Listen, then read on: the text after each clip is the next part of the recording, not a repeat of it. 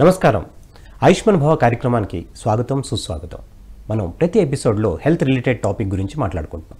మరి ఇవాళ మనం neck pain, spondylitis, cervical spondylitis గురించి మాట్లాడుకుందాం. ఈ పెయిన్స్ ఎందుకు వస్తాయి, ఈ రోగానికి కారణాలు ఏంటి, మరి దీని నివారణ ఏంటి, ఇవన్నీ విషయాలు మాట్లాడడానికి మనతో పాటు ఉన్నారు డాక్టర్ ఏ ప్రియాంక గారు, హోమియోపతి స్పెషలిస్ట్. సో అన్న అడిగి మరి దీని గురించి వివరాలు తెలుసుకుందాం. నమస్తే మేడం. నమస్తే. Welcome to the show. Thank you. Yes madam, ఈ సర్వైకల్ స్పాండిలైటిస్ అని అంటున్నాం. మామూలు నెక్ పెయిన్ ఉంటుంది. ఈ నెక్ పెయిన్కి సర్వైకల్ స్పాండిలైటిస్కి డిఫరెన్స్ ఏంటంటారు? నెక్ పెయిన్ అంటే మనకి ఓన్లీ నెక్ వరకు ఉంటుంది. దానికి రిలేటెడ్ మళ్ళీ కాజెస్ ఏంటి అని చూడాలి. మెడ నుంచి భుజాలకి రావడము, ఆ నరాలు ఎక్కడ వరకు స్ప్రెడ్ అవుతున్నాయి, అది హెడ్ఏక్కి కూడా కారణం అవుతుందా, కంటి చూపుకి ఏమైనా దాని వల్ల వస్తుందా అన్నది ఇవి మనం మెడ నొప్పి వరకే చూసుకోవచ్చు. జాయింట్ పెయిన్ వరకే వస్తుంది. ఇప్పుడు మనకి సర్వైకల్ స్పాండిలోసిస్ ఏంటి అంటే, ఇప్పుడు వెన్నుపూస ఉంటుంది కదా మనకి మెడకి మీది నుంచి కింది వరకు, అది ఆ వర్టిబ్రల్ కాలం అంటాం కదా వెన్నుపూస. సో అక్కడ మనకి మెడ దగ్గర ఉండే వర్టిబ్రల్ కాలం దగ్గర వచ్చే పెయిన్ ని మనం సర్వైకల్ స్పాండిలోసిస్ అంటాం. అంటే అది యూజువల్ గా C1 to C7 వరకు ఉంటాయి వెన్నుపూసలో. ఫస్ట్ 1 నుంచి 7 వరకు C1 to C7 ఉండే వర్టిబ్రల్ కాలం ని మనము సర్వైకల్ స్పాండిలోసిస్ కింద తీసుకుంటాం. సో సర్వైకల్ స్పాండిలోసిస్ ఏంటి అంటే, ఇప్పుడు ఆ స్పైనల్ జాయింట్ చుట్టూ ఏమైనా నొప్పి రావడము, దాని మధ్యలో ఉండే డిస్క్ ఉంటుంది కదా అది వాపు రావడము, అందులో ఏమంటారు ఇప్పుడు మనకి జ్యూస్ ఉంటుంది, మధ్యలో పల్ప్ ఉంటుంది, ఆ పల్ప్ తగ్గిపోయినప్పుడు మనకి ఈ సర్వైకల్ స్పాండిలోసిస్ అన్నది వస్తుంది. ఓకే. ఎస్, అంటే ఇలాంటి స్పాండిలైటిస్కి సర్వైకల్ స్పాండిలైటిస్కి డిఫరెన్స్ ఏమైనా ఉందంటారా? సర్వైకల్ స్పాండిలైటిస్ అంటున్నారు కదా, ఐటిస్ అంటే మనకి ఇన్ఫ్లమేషన్ అంటారు. సో మనకి ఆ స్పైనల్ జాయింట్ చుట్టూ వాపు వస్తే, దాన్ని ఇన్ఫ్లమేషన్ వస్తే సర్వైకల్ స్పాండిలైటిస్ అంటారు. ఇది యూజువల్ గా కొంచెం చిన్న ఏజెస్ లో వస్తుంది, లైక్ 20 to 40 years మధ్యలో వస్తుంది.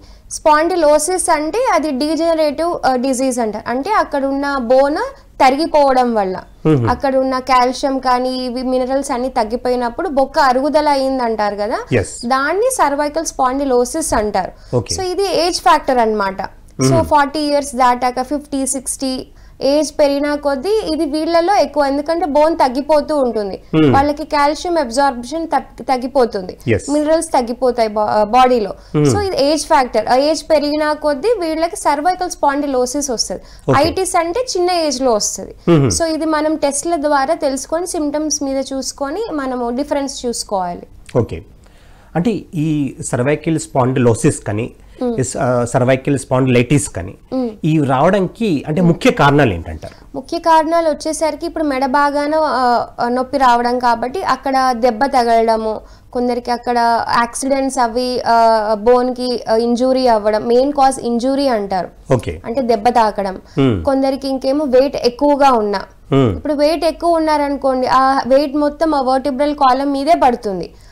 సో తల వెయిట్ ఎక్కువ ఉన్నా కూడా యూజువల్ గా వెయిట్ పెరుగుతారు కాబట్టి ఆ వెయిట్ మొత్తం మెడ మీద పడడం వల్ల వీళ్ళకు కూడా ఎక్కువగా లిఫ్ట్ చేసేది మన మెడనే కాబట్టి అక్కడ కూడా ఇది ఒక కాజ్ ఉంటుంది.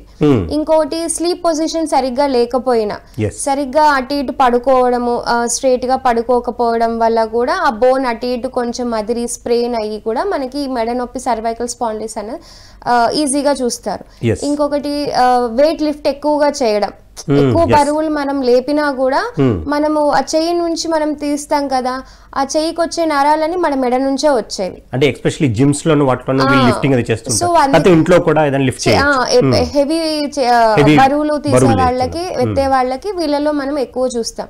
ఇంకొకటి సయాటికా కూడా వస్తుంది. సో ఎందుకంటే మన వర్టిబ్రల్ కాలం నుంచి ఆ నర్వ్ అంతా కిందికి వస్తుంది కదా, సో ఆ నర్వ్ కొంచెం జర్క్ అయినా, అక్కడ ఇంజురీ అయినా, ఈ స్పాండిలోసిస్ ఇవన్నీ వీళ్ళకి వల్ల కాజెస్ ఇవన్నీ. సో మేజర్గా మనం చూస్తే ఇంజురీ మెయిన్, స్లీప్ పొజిషన్ సరిగ్గా లేకపోవడం, వెయిట్ ఎక్కువ లిఫ్ట్ చేయడం. ఇంకొకటి మనకి చెప్పుకున్నట్టు డీజనరేటివ్ డిజీజ్ కాబట్టి బాడీలో కాల్షియం మినరల్స్ తగ్గిపోవడం, ఇది మెయిన్ కాజ్ వస్తుంది. సో వాళ్ళకి అబ్జార్ప్షన్ తక్కువ అయిపోతుంది, బోన్ లో ప్రొడక్షన్ తగ్గిపోతుంది కాబట్టి మినరల్స్ అన్ని తగ్గిపోతాయి, కాల్షియం తగ్గిపోతుంది. సో వీళ్ళకి బోన్ తొందరగా అరిగిపోతుంది. సో ఇది కూడా ఒక కాజ్, ఫుడ్ చేంజెస్ లో కూడా ఇది ఒక కాజ్ అయిపోతుంది. అంటే ఇంకొక 2 కాజులు ఉంటాయేమో నేను అనుకుంటున్నాను, కరెక్టా కాదని మీరు చెప్పాలి. అంటే సిట్టింగ్ పోస్చర్ స్ట్రైట్ గా ఉండాలి, డ్రైవింగ్ ఎక్కువ డ్రైవ్ చేస్తున్నారు, అది కూడా నేను చెప్పాలి. డ్రైవింగ్ లో వాళ్ళు కంటిన్యూస్ గా కూర్చొని ఆ బోన్ అలాగే ఉంటుంది కదా, కింద కాకిక్స్ బోన్ మీద మనకి ఎడ్జ్ లో ఉండే బోన్ కాకిక్స్ బోన్, సో దాని మీద ఎక్కువ ప్రెషర్ పడ్డా కూడా ఆ నర్వ్ అంతా నొప్పి వచ్చి వీళ్ళకి మెడల్ నొప్పి, సర్వైకల్ స్పాండిలోసిస్. సో పోస్చర్ అదే మెయిన్, మన స్లీపింగ్ పొజిషన్, ఇంకొకటి సిట్టింగ్ పొజిషన్, ఈ రెండిట్లో ఎక్కువ చేంజెస్ ఉండి కంటిన్యూగా దాని మీద ప్రెషర్ పడి ఒత్తిడి పడడం వల్ల బోన్ మీద కంటిన్యూస్ గా వాటి మీద అవుతూ ఉంటుంది కదా ప్రెషర్, ఆ ఒత్తిడి వల్ల కూడా నర్వ్స్ అన్ని నొప్పి రావడం, వాపు రావడం, అప్పుడు డిస్క్ బల్జ్ రావడం వస్తుంది, అవి బయటికి పొడుచుకొని వస్తుంది డిస్క్. సో ఇలాంటి వాటికి కాజెస్ మనం చెప్పుకోవచ్చు. ఓకే, అంటే చాలా మంది స్పోర్ట్స్ పర్సన్స్ ఉంటారు, అథ్లెటిక్స్ ఆడేవాళ్ళు, లేకపోతే ఏదైనా క్రికెట్ కానీ ఫుట్బాల్ ఇలాంటి ఆడేవాళ్ళు, వాళ్ళకి కూడా ఇలాంటి మధ్యన ప్రాబ్లమ్స్ అది ఎక్కువ వస్తున్నాయి. అవును, వాళ్ళలో ఎక్కువ చూస్తున్నాం, ఎందుకంటే వాళ్ళు ఎక్కువ జిమ్ చేయడం వల్ల, హెవీ లిఫ్టింగ్, ఇంకోటి కంటిన్యూగా ప్రాక్టీస్ చేస్తూ ఉండడము, హెడ్ బెండ్ చేయడము. ఇప్పుడు ఐటీ వాళ్ళలో కూడా ఎక్కువగా ఉంటుంది, ఎందుకంటే కంప్యూటర్ స్క్రీన్ వాళ్ళు ఎక్కువగా పెట్టి మెడ వంపి చూస్తూ ఉంటారు. సో అలాగే పోస్టర్ సరిగ్గా మీరు అన్నట్టుగా సిట్టింగ్ పొజిషన్ సరిగ్గా లేనప్పుడు తల కిందికి పెట్టి ఉంటారు. సో అలాంటప్పుడు కూడా నర్వ్ మీద ప్రెషర్ పడి వీళ్ళలో ఎక్కువ చూస్తారు. మొబైల్ కంటిన్యూగా యూస్ చేయడం, అథ్లెటిక్స్ లో కూడా వీళ్ళు ఎక్కువగా వాళ్ళు ప్రాక్టీస్ చేయడం ఉంటుంది కదా. సో ఇప్పుడు బాస్కెట్ బాల్ కానీ టెన్నిస్ కానీ ఎక్కువ హ్యాండ్స్ కదా వాళ్ళు యూస్ చేసేది. సో ఈ హ్యాండ్ కి వచ్చే నర్వ్ మొత్తం మన మెడ నుంచే, వర్టిబ్రల్ కాలం నుంచి వచ్చే నర్వ్స్ మొత్తం ఈ బాడీ అంతా సప్లై ఉంటుంది కాబట్టి వీళ్ళలో ఎక్కువగా చూస్తూ ఉంటాం. వాళ్ళకి ఫ్రీక్వెంట్ గా ఇంజురీస్ అవుతూ ఉంటాయి. మనం ఇప్పుడు క్రికెట్ వాళ్ళు ఆడినా కూడా ఎక్కువ వాళ్ళకి బాల్ తగిలినా కూడా, ఏది తగిలినా కూడా జాయింట్ మీద పడుతుంది, దాని లోపల ఉండేది నర్వే. సో ముందు వీళ్ళలో ఎక్కువగా ఎఫెక్ట్ ఎక్కువ వీళ్ళది చూస్తూ ఉంటాం. మనం ఫర్దర్ గా డిస్కస్ చేద్దాం. ఒక కాల్ ఉన్నారు, కాల్ తీసుకుందాం.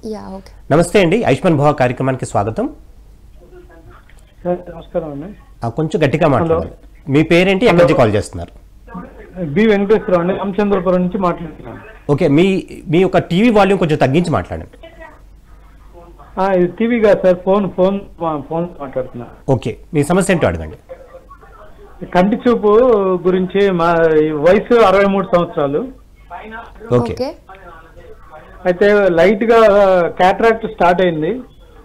ఓకే, అయితే ఇప్పుడు క్యాటరాక్ట్ పోయి చూపు మంచిగా వచ్చి కళ్ళజోడు లేకుండా ఉండటానికి ఏమైనా మార్గం ఉందండి?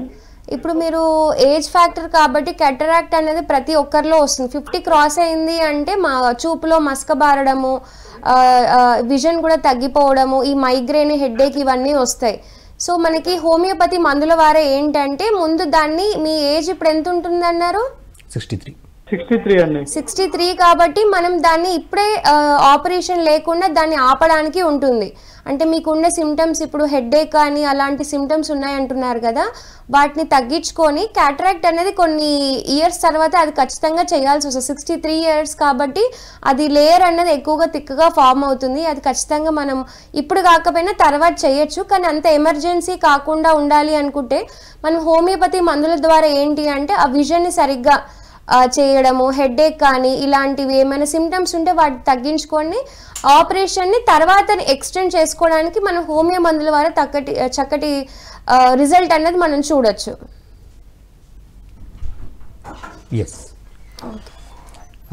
సో అంటే ఫర్దర్గా అంటే ఈ నెక్ పెయిన్ కానీ, సియాటికా కానీ, స్పాండలైటిస్ కానీ, స్పాండలోసిస్ కానీ, ఈ 4 వెరైటీస్ అన్నది చెప్పారు. సో ఈ సియాటికా గురించి కొంచెం వివరించి చెప్తారా? ఇప్పుడు సియాటికా అంటే మనకి లంబార్ స్పాండలోసిస్ అని ఉంటుంది. ఫస్ట్ మనం ఏం చేసుకోవాలంటే ముందు గ్రూపింగ్ చేసుకుందాం. ఇప్పుడు వర్టిబ్రల్ కాలం అన్నది 5 గా మనం విభజించబడుతుంది. ఫస్ట్ మెడ నుంచి C1 to C7 అంటే వాటిని మనం సర్వైకల్ అంటారు. సి తర్వాత వచ్చేది మన చెస్ట్ రీజియన్, సో దాన్ని థొరాసిక్ రీజియన్ అంటారు. So T1 to T12 vertebral columns ఉంటాయి. ఇది చాలా రేర్ గా వస్తుంది, ఎక్కువగా ఇది చూడరు. కానీ ఏంటి అంటే కొందరికి వర్టిబ్రల్ కాలమ్ టీబీ వస్తుంది. చెస్ట్ నుంచి ఉంటుంది కదా, Okay. చెస్ట్ లో మనకి ట్యూబర్క్లోసిస్ ఫామ్ అయితే అది మైకోబాక్టీరియం కాబట్టి అది వెనక మన వెన్నుపూసకి తొందరగా ఇన్ఫెక్ట్ అవుతుంది. Okay. సో ఇలాంటి వాళ్ళకి థొరాసిక్ వర్టిబ్రల్ లో కొందరికి వాళ్ళకి టీబీ వస్తుంది. సో దాన్ని మనం పాట్స్ డిజీజ్ అంటాం. ఓకే, ఇంగ్లీష్ లో మన టర్మినాలజీ చూసుకుంటే అది పాట్స్ డిజీజ్ అంటాం. సో వీళ్ళల్లో ఇక్కడ థొరాసిక్ వర్టిబ్రే అనేది వీళ్ళకి ఇన్వాల్వ్ అవుతుంది. దాని కింద లంబార్ వస్తుంది. Okay, so L1 to L5 అని తీసుకుంటాం. లోవర్ బ్యాక్ అని చెప్పాలి. Lower back. Okay. సో కింద ఇక్కడ నుంచి మనకి సయాటికా నర్వ్ అన్నది స్టార్ట్ అవుతుంది. సో ఇక్కడ మనకి డీజనరేటివ్ చేంజెస్ వచ్చినా అంటే వెన్నుపూస అరుగుదల వల్ల అక్కడ ఇన్ఫ్లమేషన్ వచ్చినా కూడా వాపు ఇవన్నీ వచ్చినా కూడా ఫస్ట్ ఇన్వాల్వ్ అయ్యేది సయాటికా నర్వ్. సయాటికా నర్వ్ అనేది అది చాలా long nerve, longest nerve in body అంటారు మన వాళ్ళు. సో అక్కడ మనకి లంబార్ నుంచి అది కింద తొంటి అంటారు కదా, మన హిప్ జాయింట్ నుంచి మన మోకాల నుంచి అరికాల వరకు వెళ్లే పెద్ద నర్వ్ అన్నమాట అది. సో అది రెండు వైపులా ఉంటుంది, లెఫ్ట్ సైడ్ ఉంటుంది, మనకి రైట్ సైడ్ రెండు నర్వ్స్ వెళ్తాయి. సో ఈ లంబార్ స్పాండిలోసిస్ వల్ల ఫ్రీక్వెంట్ గా మనకి సయాటికా పెయిన్ అన్నది వస్తుంది. సో ఎందుకు అంటే అక్కడ వర్టిబ్రల్ కాలమ్ ప్రెస్ అవుతూ ఉంటుంది, డిస్క్ బల్జ్ అయిపోతుంది, లోపల నర్వ్ ఏంటి దాని మీద ప్రెషర్ పడుతుంది. సో అప్పుడు నొప్పి అన్నది స్టార్ట్ అవుతుంది. ఇంజురీ అయినా వెయిట్ ఎక్కువ లిఫ్ట్ చేసినా ఫస్ట్ అక్కడ మనకి ఇంపాక్ట్ చూపిస్తుంది. సో ఈ సయాటికా నర్వ్ కింద దాకా తొంటి దగ్గర నొప్పి రావడం, వాళ్ళకి తిమ్మిర్లు రావడం, మోకాళ్ళ దగ్గర నొప్పి రావడం, కింద అరికాళ్ళ వరకు మంటలు, నొప్పి, అది భరించలేని నొప్పి వస్తుంది. సో దీన్ని సయాటికా అంటారు. అంటే దీనికి ఫస్ట్ మనకి బ్యాక్ పెయిన్ వచ్చాకే ఈ సయాటికా వస్తుంది. ఎందుకంటే అక్కడ మనము ఆ వర్టిబ్రల్ కాలమ్ నుంచే ఇది వస్తుంది కాబట్టి ఇది ఎఫెక్ట్ అయ్యాక కొందరికి ఇది వస్తుంది. దీన్ని సయాటికా అంటాం. లంబార్ స్పాండిలోసిస్ మనం అన్నట్టు అది L4 నుంచి L5 వరకు అక్కడ అరుగుదల అయితే అక్కడ వాపు రావడం. ఇప్పుడు డిస్క్ లో మనకి న్యూక్లియోసిస్ పల్పోసిస్ అని మధ్యలో ఉంటుంది, ప్రతి ఒక్కరిలో ఉంటుంది. అందులో అదొక జెల్ అన్నమాట.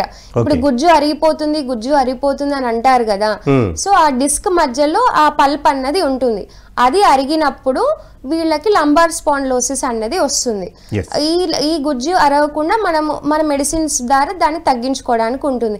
దాంతో పాటు మనం కాల్షియం ఇప్పుడు తక్కువ ఉన్న వాళ్ళకి వస్తుంది కాబట్టి కాల్షియం ఎక్కువ ఉన్న ఆహారం, మినరల్స్ ఎక్కువగా ఉంటాయి ఆ డైట్ లో, అవన్నీ మనం చూసుకోవాలి. దీన్ని లంబార్ స్పాండిలోసిస్ అంటారు. ఇంకా మనం చెప్పుకున్నట్టు ఐటిస్ అన్నది అది inflammation, cervical spondylitis, lumbar spondylitis lumbar region లో కూడా వస్తుంది. సో అక్కడ వాపు రావడం, దీన్ని స్పాండిలైటిస్. సో స్పాండిలోసిస్ చెప్పుకున్నాం, స్పాండిలైటిస్ చెప్పుకున్నాం, సయాటికా చెప్పుకున్నాం. సో ఇవి మూడు డిఫరెన్సెస్. సో ఒకదానికొకటి ఇంటర్లింక్ ఉంటాయి, కాకపోతే ఎక్కువ ఈ మల్టిపుల్ గా కూడా వచ్చే ఛాన్సెస్ ఉంటాయా? సయాటికా ఇన్ఫ్లమేషన్ అది సయాటికా వస్తుంది. ఇప్పుడు ఇన్ఫ్లమేషన్ వచ్చింది అనుకోండి, అక్కడే కదా నర్వ్ అన్నది, దాని పాసేజ్ మొత్తం అదే. ఇది ఇన్ఫ్లమేషన్ వచ్చింది అనుకో, ఆ బోన్ మధ్యలో నుంచే నర్వ్ ఉంటుంది. అది వాపు వచ్చిందంటే దాని మీద ప్రెషర్ వస్తుంది, ఒత్తిడి పడుతుంది, మధ్యలో ఉంది ఆ నర్వే కాబట్టి అది ఒత్తుకొని ఇంకా మెల్లిగా నొప్పి స్టార్ట్ అవడం, సయాటికా నొప్పి అనేది అప్పుడు స్టార్ట్ అవుతుంది. ఇందులో అది కూడా వచ్చేస్తుంది. మనకి ఒక కాలర్ ఉన్నారు, కాల్ తీసుకుందాం. నమస్తే అండి, ఆయుష్మాన్ భవ కార్యక్రమానికి స్వాగతం. నమస్తే సార్, గుంటూరు నుంచి అండి. మీ పేరేంటి? రామలక్ష్మీనారాయణ. ఓకే, మీ సమస్య ఏంటో అడగండి. నాకు వెన్నుపూస నొప్పిగా ఉంటుందండి. 4-5 డిస్క్ కదిలిందని చెప్పండి, నల్లగా ఉన్నది అన్నారండి, వాటర్ లేదని చెప్పన్నారు ఎంఆర్ఐ స్కాన్ లో. మీ వయసు ఎంత ఉంటుందండి? నాది 64 సంవత్సరాలండి. ఓకే, 50 అయితే డిస్క్ అరిగినట్టుంది. మీరు L4 L5 మరి C4 C5 అని చెప్పలేదు, అది లంబారా సర్వైకలా? L4 L5 అండి. L4 L5 అంటే అది లంబార్ స్పాండిలోసిస్ కింద వస్తుంది. ఇది చాలా ఫ్రీక్వెంట్ గా ఫస్ట్ ఇన్వాల్వ్ అయ్యేది లంబార్ లో L4 L5 వస్తుంది. సో అక్కడ మీకు డిస్క్ బల్జ్ అయినా కూడా మీకు ఇది స్పాండిలోసిస్ అనేది వచ్చి ఉంటుంది.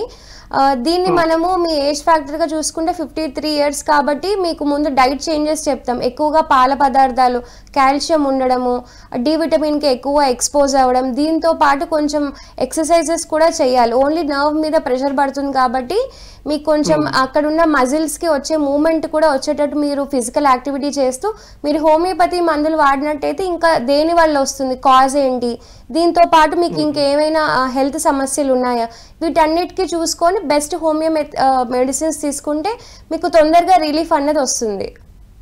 ఈ మధ్య కాలు తిమ్మిర్లు కూడా వస్తున్నాయి మేడం. ఇప్పుడు మీకు ఆ కాళ్ళు తిమ్మిర్లు అనేది దాంట్లో ఒక సిమ్టమ్ భాగం. మీకు L4 L5 అంటున్నారు కాబట్టి అక్కడ నుంచి నర్వ్స్ కదా, నర్వ్స్ అంటే నర్వ్స్ ఇన్వాల్వ్ అయ్యాయంటే మీకు తిమ్మిర్లు రావడం, మొద్దు బారడము, గ్రిప్ కోల్పోవడము, ఇవన్నీ వాటి సిమ్టమ్స్. సో ఇవన్నీ తగ్గించుకోవడానికి మనకి మీరు హోమియోపతి వైద్యం వాడినట్టయితే మీకు తొందరగా రిలీఫ్ వస్తుంది. సర్జరీకి వెళ్లకుండా ఉపశమనం మీకు తొందరగా రావడానికి అవకాశం ఉంటుంది. Okay, yes madam. సో ఇప్పటిదాకా కనుక ఈ రీజన్స్ మనం తెలుసుకున్నాం, దీని డిఫరెన్సెస్ తెలుసుకున్నాం. ఇప్పుడు దీని సిమ్టమ్స్ తెలుసుకుందాం. అంటే ఈ 3-4 ఉన్నాయి కదా, సయాటికా, స్పాండిలోసిస్, స్పాండిలైటిస్, ఇవన్నీ ఉన్నాయి కదా. ఈ మూడింటికి ఒక సిమ్టమ్స్ ఎలా ఉంటాయి?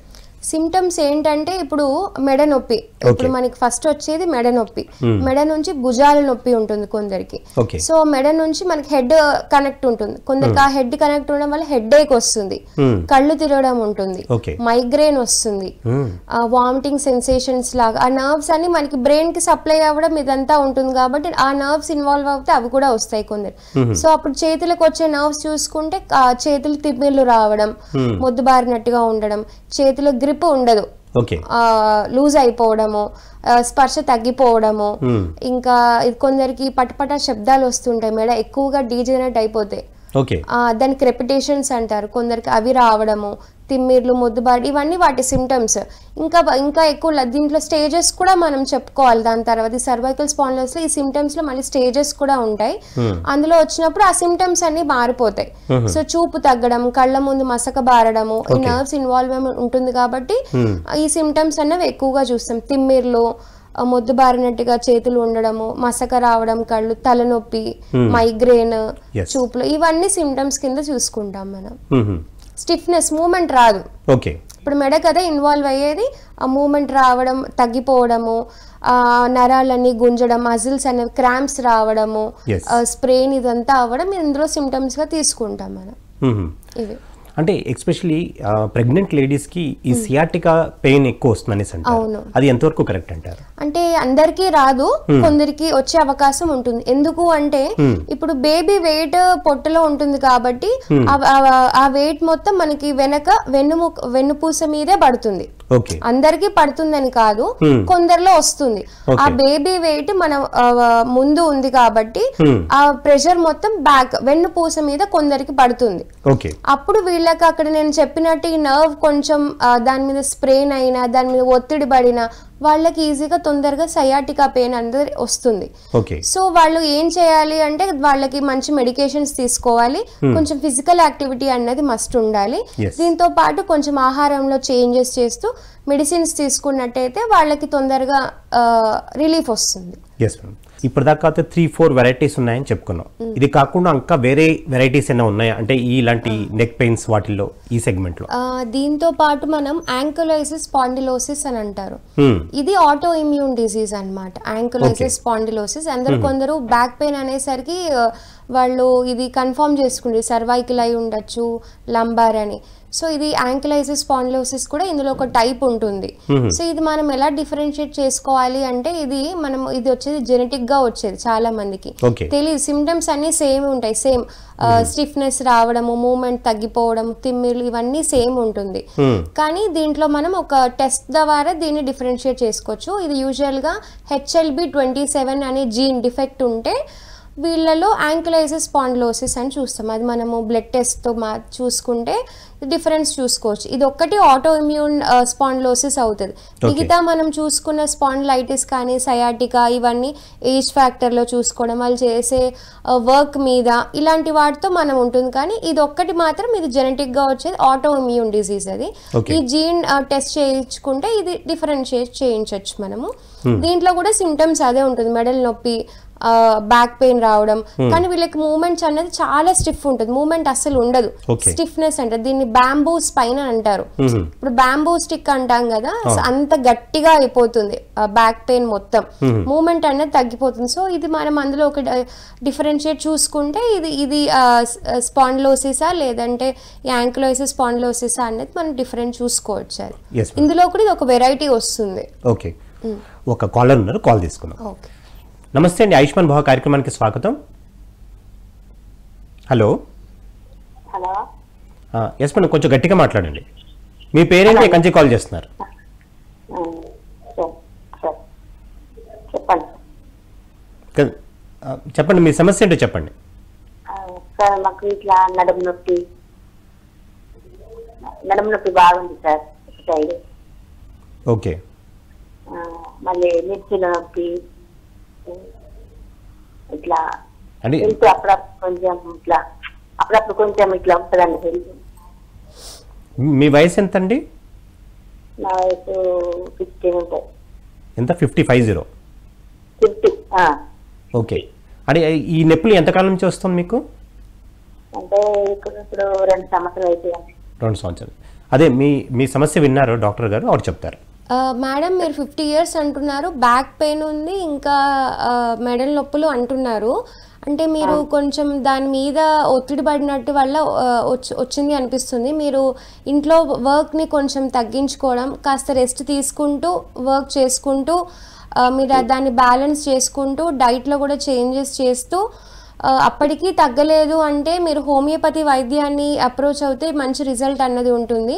దీంతోపాటు మీరు ఆహారంలో కొంచెం calcium, D vitamin, B12 vitamin ఇవన్నీ ఉండే ఫుడ్ని కొంచెం యాడ్ చేసుకుంటూ కొంచెం ఫిజికల్ ఎక్సర్సైజెస్ కూడా చూసుకొని హోమియోపతి మందులు వాడడం వల్ల మీకు తొందరగా తగ్గుతుంది. మీరు ఎక్కడుంటారండి?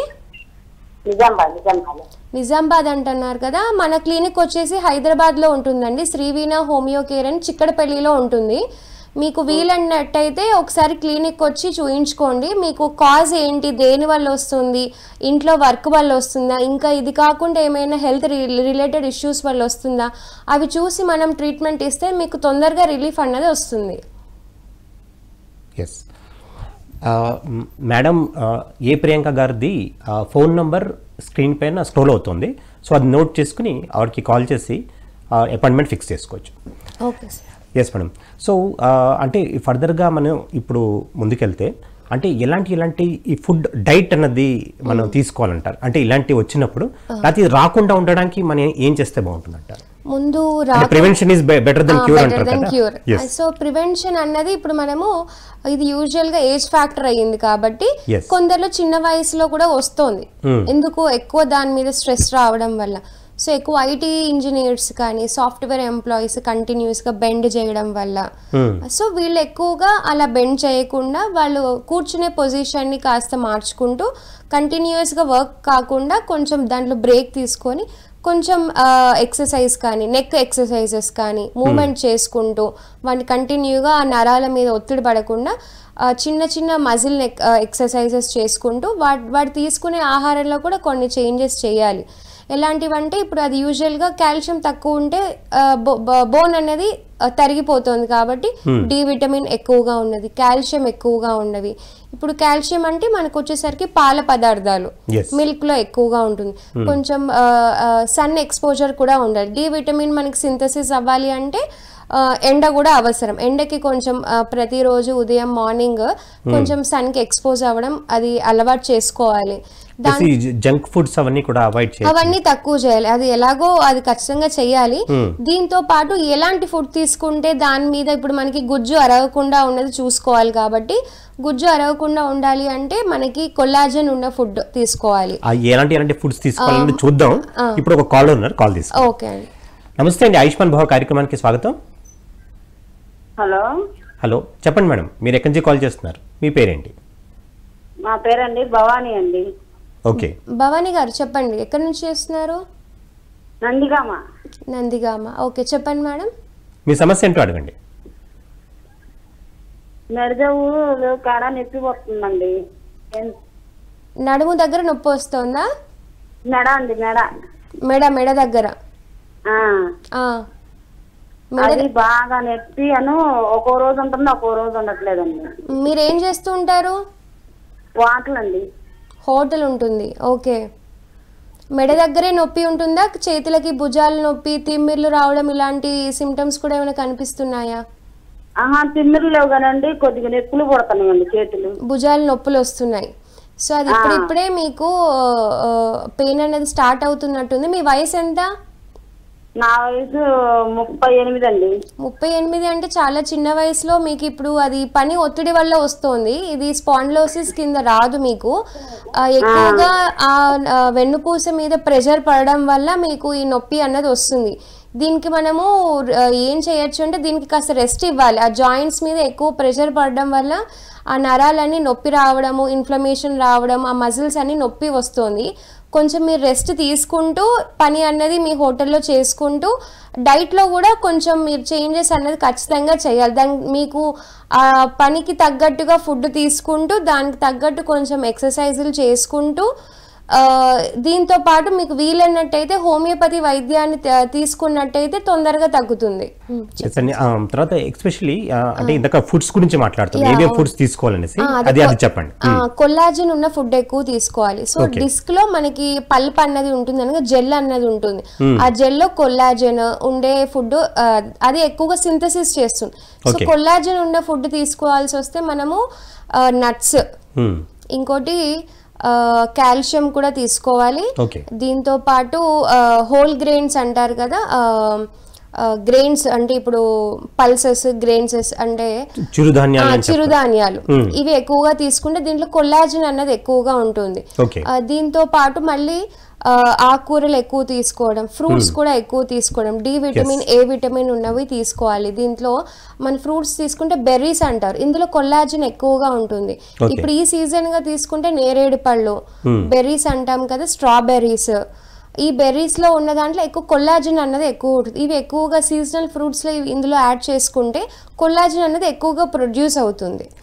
ఇంకా ఫుడ్ లో మనం చూసుకున్నట్టయితే పాల పదార్థాలు, తోఫు అంటారు కదా, దాంట్లో కాల్షియం ఇవన్నీ ఎక్కువగా ఉంటుంది. పన్నీర్ కానీ పెరుగు ఎక్కువ, కొంచెం వాళ్ళు తీసుకునే ఆహారంలో ఇవి కూడా కాల్షియం ఉన్నది ఎక్కువగా తీసుకోవాలి.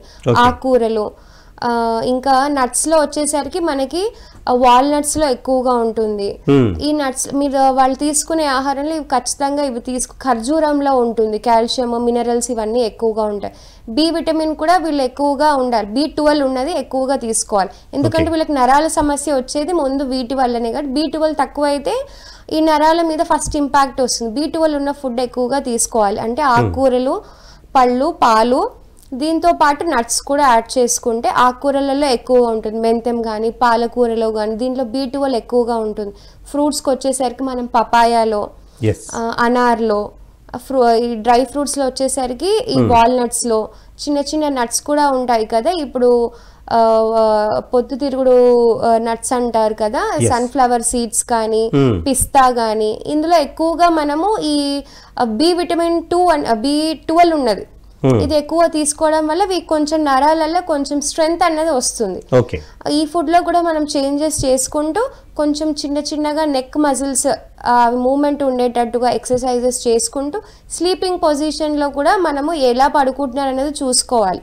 వంకర్ టింకర్ గా పడుకోకుండా స్లీప్ పొజిషన్ కొంచెం వర్టికల్ గా ఉండి మెడ మీద ఒత్తిడి పడకుండా ఉండేటట్టు, పిల్లో కూడా ఎక్కువగా మనం హైగా ఉండకుండా కింద టవల్ ని కొందరు ఏం చేస్తారంటే టవల్ ని ఫోల్డ్ చేసేసి మెడ చుట్టూ వేసుకోవడం వల్ల అది కరెక్ట్ బ్యాలెన్స్ భుజాలకు వస్తుంది. అలా కూడా కొంచెం చేంజ్ చేసుకొని పడుకోవడం వల్ల ఆ నర్వ్స్ మీద ఒత్తిడి పడకుండా మనం ప్రివెంట్ చేయడానికి ఉంటుంది. ఫైనల్ గా దీని నివారణ ఏంటి అన్నది చెప్తారా హోమియోపతిలో? ఇప్పుడు మనం హోమియోపతికి వచ్చేసరికి ఈ సర్వైకల్ స్పాండిలోసిస్ ఎందువల్ల వస్తుంది, కాజ్ ఏంటి అన్నది. సో మన హోమియో మెడిసిన్స్ వల్ల ఏంటంటే first of all side effects అనేవి ఉండవు. మనం వేరే వాటికి కంపారిజన్ చేసుకుంటే అలోపతికి వీళ్ళు ఎక్కువ పెయిన్ కిల్లర్స్ ఇవ్వడం, స్టీరాయిడ్స్ ఇవ్వడం, ఇంజెక్షన్స్ ఇవ్వడం అన్నటివి ఉంటుంది. మన హోమియోలో ఏంటంటే అలాంటివి లేకుండా వాళ్ళకి ఏమేమి సిమ్టమ్స్ ఉన్నాయి, ఇప్పుడు దాని కాజ్ ఏంటి అన్నది మనం చూసుకొని ఇవ్వాలి. ఇప్పుడు ఒకవేళ కాజ్ ఇంజురీ అయింది అనుకోండి, దాన్ని బేస్ చేసుకొని ఇవ్వాలి. ఒబేస్ ఉన్నారు, లావుగా ఉండి బ్యాక్ పెయిన్ వస్తుంది, వాళ్ళకి వెయిట్ మేనేజ్మెంట్ ట్రీట్మెంట్ ఇస్తూ ఇంకా ఏమైనా హార్మోనల్ డిస్టర్బెన్సెస్, థైరాయిడ్ వల్ల వాళ్ళు వెయిట్ ఎక్కువ అవుతున్నారా, PCOD వల్ల వెయిట్ ఎక్కువ అవుతున్నారా, సో ఆ కాజ్ చూసుకొని మనం ఇవ్వాల్సి వస్తుంది.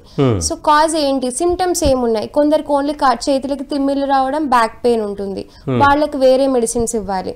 కొందరికి ఓన్లీ మెడ వరకే నొప్పి వచ్చి హెడ్ ఏక్ రావడం, ఫీవర్ రావడం, వర్టిగో రావడం, వామిటింగ్స్ ఉంటాయి. Yes. సో వీళ్ళకి సో మనం ఏంటి అంటే కాజ్ ఏంటి చూసుకొని దాని మీద కాన్స్టిట్యూషనల్ ట్రీట్మెంట్ అని అంటారు. అంటే అందరికీ ఒకే మందులు ఇవ్వరు. ఇప్పుడు మీకు ఇచ్చిన మెడిసిన్ నేను వేరే వాళ్ళకి ఇవ్వడానికి ఉండదు. ఏజ్ బట్టి వాళ్ళకి దేని వల్ల వస్తుంది అవి ఆ కాజెస్ చూసుకొని వాళ్ళ కేసు మొత్తం తీసుకొని, దీంతో పాటు ఓన్లీ బ్యాక్ పెయిన్ అంటే మనకి బ్యాక్ పెయిన్ కే ఇవ్వకుండా ఇంకా వేరే ఏమేమి హెల్త్ రిలేటెడ్ ఇష్యూస్ ఉన్నాయి అవన్నీ తీసుకొని వాటి మీద ఇవ్వడానికి ఇస్తూ మనకి ఏంటంటే మొత్తం కాజ్ రూట్ నుంచి తీయడానికి హోమియోపతి ద్వారా మందులతో మనకి ఎక్కువగా అవకాశం ఉంటుంది. ఇంకా మనం చెప్పుకోవాల్సి వస్తే దీంట్లో టైప్స్ ఉన్నాయి కదా, ఆ టైప్స్ ద్వారా మనము ఆ మెడిసిన్స్ కూడా చేంజ్ అవుతుంది. సయాటికా ఉంది, కొందరికి లంబార్ స్పాండిలోసిస్ తో పాటు సయాటికా ఉంటుంది, కొందరికి ఓన్లీ లంబార్ స్పాండిలోసిస్ ఉంటుంది. సో వీళ్ళకి కొంచెం హెల్త్ లో కొన్ని చేంజెస్ చేయడము, ఇప్పుడు సయాటికా ఉందనుకోండి కంటిన్యూగా కూర్చొని ఉండకుండా కొంచెం రిలేటెడ్ ఫిజికల్ యాక్టివిటీస్తో పాటు మెడికేషన్స్ ఇస్తూ కొందరికి ఈ ఫిజికల్ యాక్టివిటీస్లో చేంజెస్ చేస్తూ వాళ్ళకి మెడికేషన్స్ అన్నది ఇవ్వాలి. ఇప్పుడు మనం ఇంకా మళ్ళీ ఇంకా డీప్గా మాట్లాడుకుంటే స్టేజెస్ ఏ స్టేజ్లో ఉంది వాళ్ళ స్పాండిలోసిస్ అనేది, ఫస్ట్ స్టేజ్ లో ఉందా, సెకండ్ స్టేజ్ లో ఉందా, థర్డ్ స్టేజ్ లో ఉందా.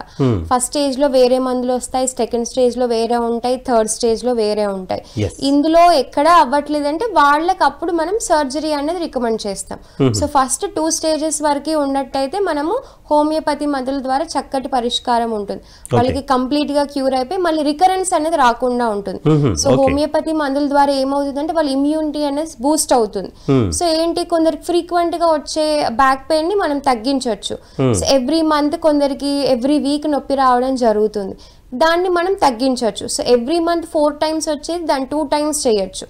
సో వాళ్ళు సపోజ్ ఒక 3-4 months వాళ్ళు కోర్స్ తీసుకున్నారు అనుకోండి, దాన్ని సగానికి తీసుకొచ్చి 1 time రావడం, మెల్లిమెల్లిగా మొత్తానికి క్లియర్ చేసి రూట్ మొత్తం క్లియర్ చేస్తే ఫర్దర్గా రాకుండా ఇమ్యూన్ని బూస్ట్ చేసి వాళ్ళ బాడీ స్ట్రాంగ్ అయ్యేటట్టు మన మెడికేషన్స్ ఇస్తే బాగుంటుంది. సో ఫస్ట్ 2 స్టేజెస్ల వరకు మన హోమియో మెడిసిన్స్ అనేవి బాగా పనిచేస్తాయి.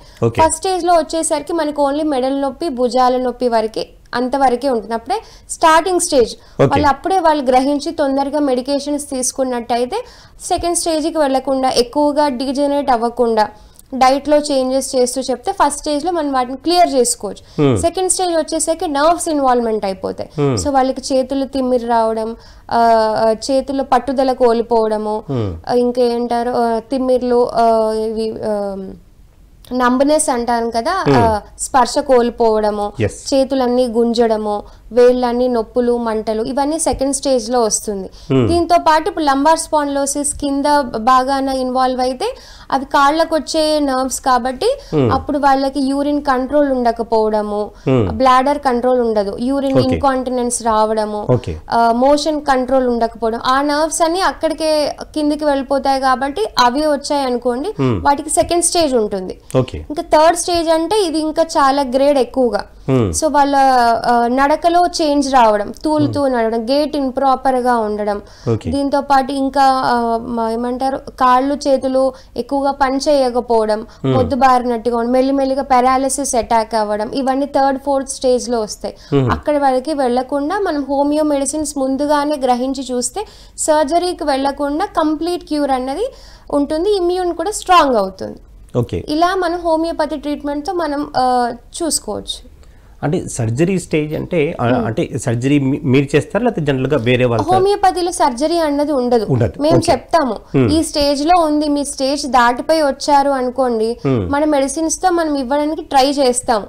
అప్పటికే రెస్పాన్స్ అవ్వట్లేదు, బోన్ మొత్తం డీజనరేట్ అయిపోయింది, ఇంకా మనకి అక్కడ వచ్చే అవకాశం కూడా లేదు అంటే వాళ్ళకి రీప్లేస్మెంట్ అప్పుడు వాళ్ళకి అడ్వైస్ చేస్తాం, ఇంకా మీరు సర్జరీకి వెళ్ళాలి అని. ఫస్ట్ 2 to 3 స్టేజెస్ వాళ్ళు అంతగా అజాగ్రత్త చేయకుండా హోమియోకి వచ్చేసారు అనుకోండి, నొప్పి తొందరగా తగ్గుతుంది, రికరెన్స్ ఇవన్నీ రాకుండా డీజనరేట్ 3rd స్టేజ్ 4th స్టేజ్కి వెళ్లకుండా మనము దాన్ని ప్రివెంట్ చేయొచ్చు. సో ఆ పేషెంట్ ప్రికాషన్స్ తీసుకుంటూ వాళ్ళు ఏంటి అని ముందే జాగ్రత్త పడుతూ మన మెడిసిన్స్ వాడితే దాని సర్జరీకి వెళ్లకుండా మనం చూడొచ్చు. ఇవి ఇలా మన హోమియోపతిలో మెడిసిన్స్ మనం ఇవ్వచ్చు. ఓకే. అది సో అంటే మీరు చాలా మంది పేషెంట్స్ చూస్తూ ఉంటారు కదా, అవును. మీరు దగ్గర వచ్చిన వాళ్ళల్లో ఒక 2 కేస్ స్టడీస్ మాకు చెప్తారా? ఇప్పుడు కొందరు రీసెంట్గా మనం చూసుకున్నట్టయితే ఒక లేడీ వచ్చింది, ఓకే. తనకి ఓన్లీ బ్యాక్ పెయిన్ ఉంది ప్లస్ హెడ్ ఏక్ ఉంది. సో అతను ఓన్లీ నాకు బ్యాక్ పెయిన్ ఉందని ఒకటే చెప్తోంది. సో మనం ఏమనుకుంటున్నాము, బ్యాక్ పెయిన్ కాబట్టి అది డీజెనరేటివ్ డిసీజ్, కానీ తన ఏజ్ మాత్రం 30-35 ఇయర్సే ఉంది. ఎంతకీ తగ్గట్లేదు నొప్పి. అంటే తనకి చేసే జాబ్ ఏంటి, సో ఆక్యుపేషన్ చూసుకుంటే తన నర్స్ అని చెప్పింది. సో కంటిన్యూస్ గా లాంగ్ స్టాండింగ్ పొజిషన్ నిల్చోవడం వల్ల ఎక్స్రే ఇవన్నీ నార్మల్ వచ్చాయి. సో ఏంటి, తను కంటిన్యూస్ గా నిల్చోవడం వల్ల ఆ నర్వ్స్ మీద ఎక్కువగా ప్రెషర్ పడడం వల్ల తనకి బ్యాక్ పెయిన్ అనేది స్టార్ట్ అవుతుంది. సో తనకి ముందు పెయిన్ రిలీఫ్ గా మనకి మెడిసిన్స్ ఇచ్చేసాం. So with in 4 to 10 days లో తనకి వచ్చేసింది, బ్యాక్ పెయిన్ లో తగ్గిపోయింది.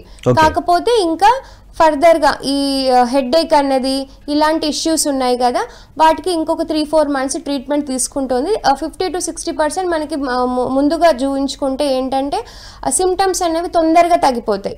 సో ఫర్దర్ గా డీజెనరేటివ్ ప్రాసెస్ ఎక్కువ కాకుండా ఉంది కాబట్టి తనకి తొందరగా తగ్గిపోయింది. ఇలా మనం చాలా కేసెస్ వస్తాయి. సో వాళ్ళు మనం ఏం చెప్పాలనుకుంటున్నామంటే, వాళ్ళు ఎక్కువగా అజాగ్రత్త చేయకుండా బ్యాక్ పెయిన్ అన్నది, మెడ నొప్పి కానీ వీటిని స్టార్టింగ్ స్టేజెస్ లో మనం హోమియోపతి ట్రీట్మెంట్ ద్వారా చూసుకున్నట్టయితే డ్యామేజ్ ఎక్కువ కాకుండా ఉంటుంది. పారాలిసిస్ కేసెస్ కి వెళ్లకుండా, ఇప్పుడు మనం చెప్పాం కదా బ్లాడర్ కంట్రోల్ ఉండదు, వాళ్ళకి యూరిన్ వెళ్ళిపోవడం, ఇవి ఎక్కువగా నర్వ్స్ కింద నర్వ్స్ అన్ని ఇన్వాల్వ్ అయిపోయి లంబార్ నుంచి వచ్చే నర్వ్స్ అన్ని ఇన్వాల్వ్ అవ్వడం వల్ల వాళ్ళకి అవి అలా రాకుండా ఉండాలి అంటే ముందు ఫస్ట్ 2 stages లో మనం చెప్పుకున్నట్టు వాళ్ళు చూయించుకున్నారనుకోండి, ఇంత డ్యామేజ్ రాకుండా మనం ప్రివెంట్ చేయడానికి ఉంటుంది. ఎస్ మేడం, ఎంతో అద్భుతంగా మరి సయాటికా పెయిన్ కానీ ఈ స్పాండిలైటిస్ ఇవన్నీ కూడా మరి దాని డిఫరెన్సెస్ ఏంటి, దానికి రావడానికి కారణాలు ఏంటి, సో దాని నివారణ ఏంటి, ఇవన్నీ విషయాలు ఎంతో అద్భుతంగా చెప్పారు. మరి ఇంత జ్ఞానం ఇచ్చినందుకు మీకు ఎంతో కృతజ్ఞతలు. Thank you very much. So ఇదండి ఇవాల్టి ఆయుష్మాన్ భవ కార్యక్రమం ఎపిసోడ్. ఇంకొక ఎపిసోడ్లో మళ్ళీ కలుసుకుందాం. అంతవరకు సెలవు.